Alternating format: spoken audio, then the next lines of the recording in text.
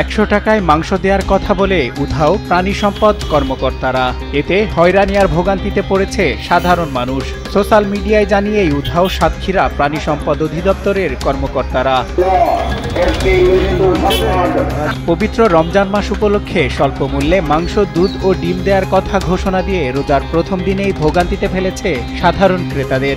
রবিবার বেলা 11টায় মাংস কিনতে এসে মাংস না পেয়ে ক্ষোভ জানিয়ে খালি হাতে চলে যেতে দেখা যায় ক্রেতাদের। এখানে সুলভ মূল্যে গরুর ডিম, দুধ পাওয়া যায়, কিন্তু এখানে বাস্তবে তা প্রতিফলন হচ্ছে না। ঠিক আছে, এটা হলো একটা জনভোগান্তি। গত বছরও একই অবস্থা ছিল, এবারও একই অবস্থা, কোনো এর উন্নতি দেখতেছি না।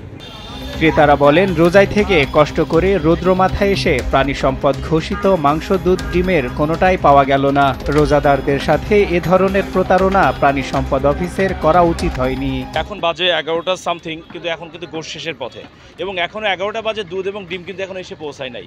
এই ব্যাপারটা আসলে দেখার জন্য আমি ঊর্ধ্বতন কর্তৃপক্ষ যারা আছেন এটা দেখার জন্য বিনীত অনুরোধ জানাচ্ছি। কারণ যারা মানুষ এসে ফিরে যাচ্ছে, বাসা থেকে 50 টাকা এক্সট্রা ভাড়া করে এসেছে, কিন্তু মাল না পেয়ে চলে যাচ্ছে। বিক্রেতারা বলেন, ভোর সকালে তাদের প্রচুর ক্রেতা ছিল, তারা কিনে নিয়ে যাওয়ায় স্বল্প মূল্যের বাজারে কিছুই নেই।